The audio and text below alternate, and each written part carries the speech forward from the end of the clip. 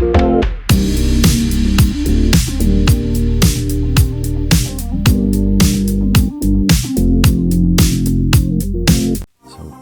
once again people to Smart Japan Hacks. In this video I'm going to talk about one of my favorite books, A Dictionary of Basic Japanese Grammar, and why I think this book is one of the best purchases you can make when it comes to learning Japanese. チャンネル登録とグッドボタンよろしくお願いします。 Like the video, subscribe and hit the bell button. It helps with the YouTube algorithm. Now, along with the Remembering the Kanji book, this is one book that I recommend to all learners of Japanese.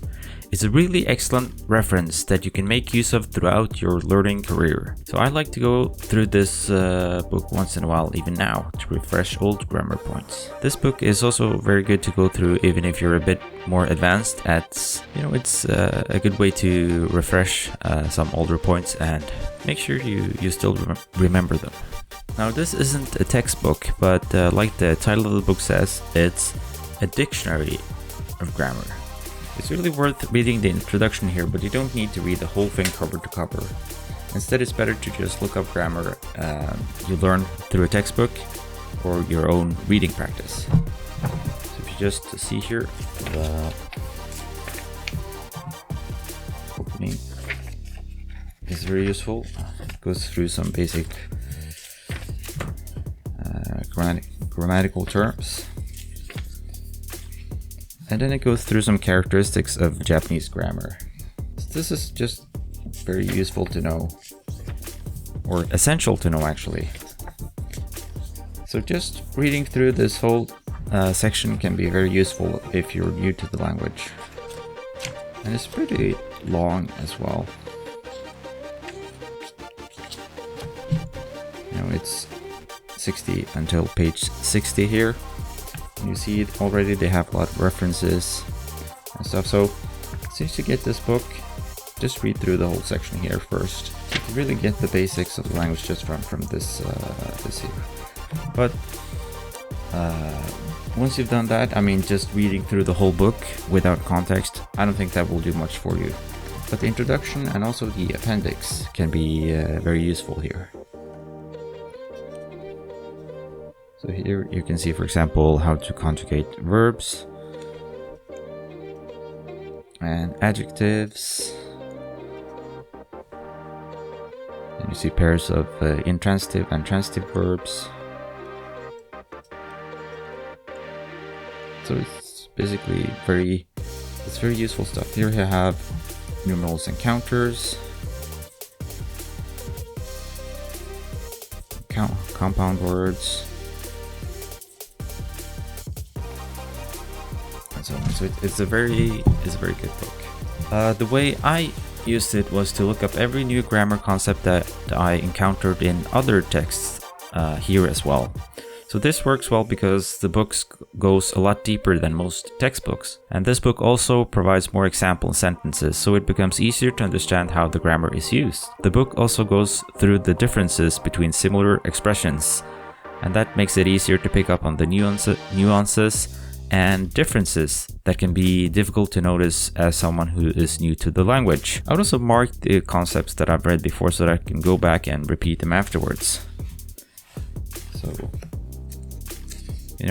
how you do it, of course, is up to you. You can do like this, or you can just add a bookmark or something like that. So the examples provided in this book are also very good, so it's worth repeating them. You don't have to memorize them word for word, of course, but it's a good idea to read them out loud several times to make them part of your language. They are, after all, written by native experts in the language. So you see here, you always have several example sentences here for each term. Well, the book here has the word basic in the title. That doesn't really mean that it only contains simple concepts. So it's much better to think of basic here as the most frequently used and therefore the most useful to know. So this book is very useful even if you're past the initial stages. For a more experienced learner of Japanese, will probably know most of the things discussed in this book, but there are many concepts that you will understand a lot better if you read the explanations given here. So there are also 2 more books in this series. There's an intermediate and an advanced version. But like I said, what this means is the frequency of which the grammar is used. So even if you get all 3, you most likely use the basic one the most, then the intermediate version, and then the advanced. So in fact, if you're just starting out, you probably don't need the advanced version. I have all 3, but just get the basic one at first. I don't think you will need to buy the intermediate one for several months at least. So the book is organized like this. So here are the introduction really up until page 60. So word order, topic, ellipsis, personal pronouns, passive, politeness and formality, sentence, final particles, sound, symbolism. And then you have the main entries, which form the dictionary part that you can use to look up grammar. And then you have the appendix here. So basic conjugations, semantic classification of verbs and adjectives, pairs of intransitive and transitive verbs, connection forms of important expressions, koso ado, numerals and counters, compound words, improving reading skills by identifying and show unit. Just to show you an example here. For example, here you have hogai. It's strongly suggested that you do so. This is what it means. You had better do. 日本語の本を読んだ方がいいです. So you see here you have both the informal and formal version. You had better read Japanese books. 話した方がいい. You had better talk. So here you see the formation and some examples. 野菜も食べた方がいいよ. もう書いた方がいいんですよ。もう書いた方がいいんですか? And then some more notes explaining the usage in more details. I hope you see how useful this is for, especially beginning learners. So yeah, it should be pretty apparent by now that I'm a huge fan of this book.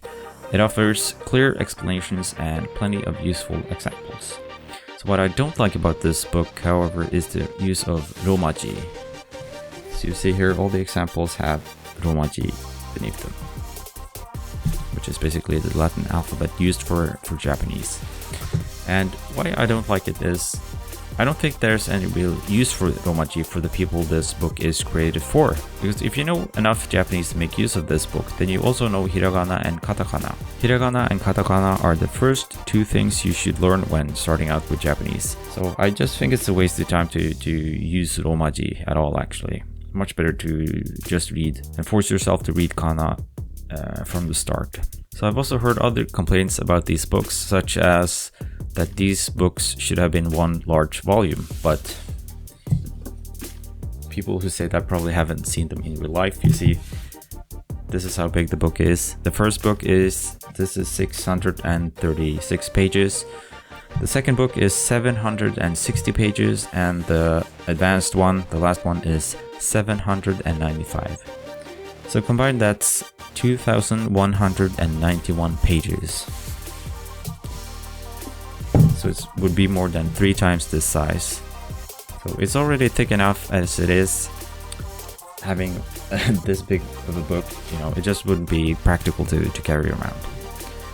So some people have also claimed that not everything covered here is equally useful. Some people have also talked to their Japanese friends, and they've come across examples of language that these Japanese friends have never used. I would just like to refer those people to the title here. See here, it says dictionary. So it means that this isn't something that you need to read cover to cover. It's just a resource that you can use to look up grammar you encounter elsewhere. So the average dictionary will probably also cover words you haven't heard before. So this book is still very useful even if you're not going to look up every entry in the book. So if this book sounds interesting, I highly suggest that you pick it up. I think there's a link in the description as well. The intermediate one is also very useful, but I would hold off on the advanced one. I might go through the other books as well. Right now I can't actually find the intermediate one, but I had the advanced one. This is the advanced book, by the way. So yeah, I might go through that in another video. But in any case, if you're first starting out, get this one. Once you get a bit further along, pick up the intermediate one, and you might consider the advanced one as well eventually. So I hope you found this video useful. If you did, hit the like button.